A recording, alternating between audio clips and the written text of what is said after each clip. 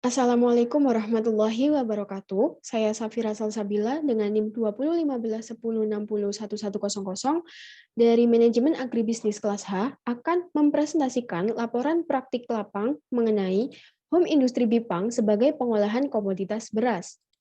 Seperti yang telah kita ketahui, Indonesia merupakan negara agraris di mana bidang pertanian sudah menjadi bagian hidup dari masyarakat Indonesia. Pertanian di negara Indonesia memiliki potensi yang baik. Keberagaman hayati yang dimiliki Indonesia menjadi salah satu peluang kemajuan pertanian di Indonesia. Bahkan, sektor pertanian ini dipandang memiliki kontribusi besar dalam perekonomian di Indonesia. Subsektor tanaman pangan merupakan subsektor paling dominan di sektor pertanian ini. Salah satu komoditas yang paling berperan adalah komoditas beras. Hal tersebut ditunjukkan melalui data produksi beras di Indonesia. Berdasarkan 5 provinsi produksi beras di Indonesia, Provinsi Jawa Timur menduduki peringkat pertama, yaitu menyumbang sebesar 9.931,80 ton. Nah, dari Provinsi Jawa Timur tersebut, Kabupaten Pasuruan menduduki peringkat pertama penyumbang beras terbesar, yaitu sebesar 160.311,73 ton.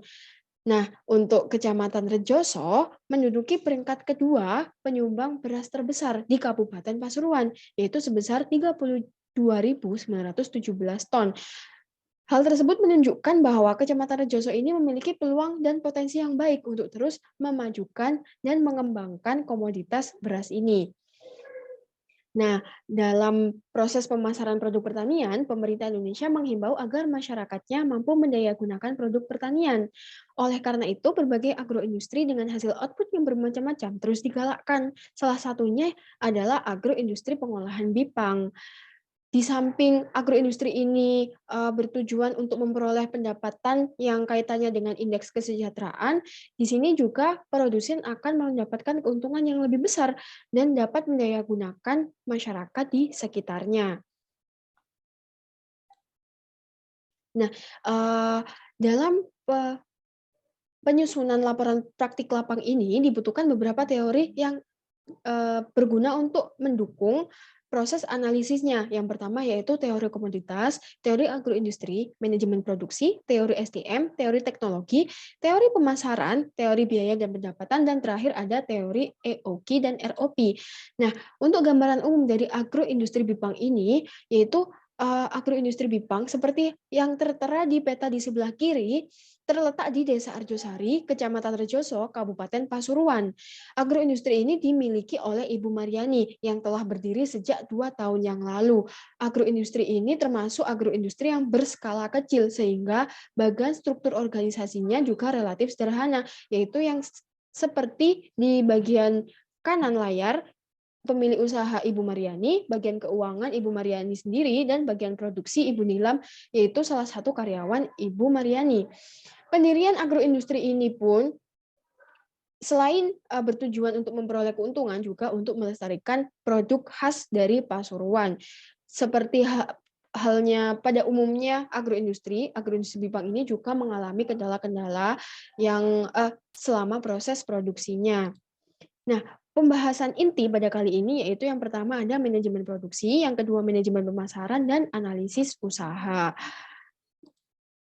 Yang pertama manajemen produksi agroindustri Bipang. Seperti agroindustri yang lain, agroindustri Bipang ini juga menerapkan fungsi-fungsi manajemennya. Yang pertama ada perencanaan yang meliputi menentukan jenis komoditas, cara dan waktu penyediaan bahan baku, proses pelaksanaan produksi, dan perencanaan pemasaran. Yang kedua ada pengorganisasian yang meliputi pembagian struktur organisasi dalam agroindustri. Dan yang ketiga ada pengelolaan. Pengelolaan ini dapat diketahui dari bagan ini. Yang pertama ada menyiapkan alat dan bahan yang dibutuhkan, dan kemudian proses pengolahan hingga diperoleh produk dari Bipang yang siap makan tentunya. Kemudian yang ketiga fungsi yang diterapkan ada koordinasian. Yang selanjutnya ada pengendalian, dan terakhir ada evaluasi. Untuk evaluasi ini dilakukan secara berkala yang bertujuan untuk meminimalisir terjadinya penyimpangan sehingga diketahui apa yang menyimpang dari agroindustri tersebut, kemudian diperoleh solusi untuk mengendalikannya. Nah, yang kedua yaitu manajemen pemasaran, seperti halnya manajemen produksi. Ibu Mariani juga menerapkan fungsi-fungsi manajemen di manajemen pemasaran ini.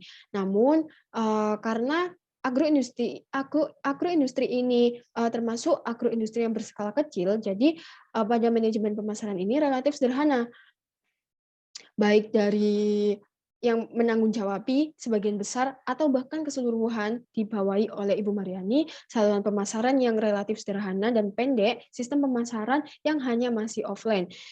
Dan fungsi-fungsi tersebut seperti perencanaan yang meliputi penentuan harga, penentuan target pasar, sistem pemasaran, dan saluran pemasaran. Kemudian ada fungsi pengorganisasian, fungsi pelaksanaan, fungsi pengkoordinasian, fungsi pengendalian, dan terakhir ada fungsi evaluasi. Nah, pembahasan selanjutnya adalah analisis usaha. Analisis usaha ini bertujuan untuk mengetahui tingkat kelayakannya. Berdasarkan biaya produksi pada agroindustri Bipang, diketahui total biaya dari agroindustri ini sebesar 3.300.000 dan jumlah produknya diperoleh 240 kilo, sehingga keuntungan yang diperoleh dari Ibu Mariani adalah 2.700.000.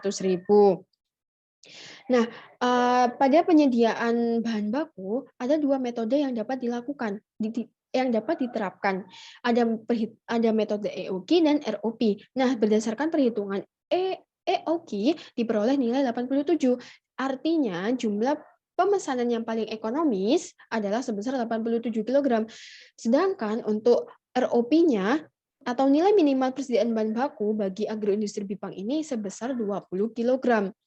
Nah, analisis kelayakan yang menentukan apakah agroindustri ini layak atau tidak dapat diketahui melalui RC rasio. Dan di sini RC rasionya diperoleh sebesar 1,81 yang menunjukkan bahwa agroindustri Bipang ini layak untuk terus diusahakan. Dari pembahasan keseluruhan diperoleh kesimpulan bahwa pada manajemen produksi yang diterapkan oleh Ibu Mariani ini sudah menerapkan fungsi-fungsi manajemennya. Namun pada manajemen pemasarannya masih tergolong sederhana, baik itu secara pengolahan, strategi maupun saluran pemasarannya. Dan untuk analisis usahanya diperoleh nilai 1,81 yang artinya lebih dari 1. Hal tersebut menunjukkan bahwa agroindustri ini layak untuk terus diusahakan.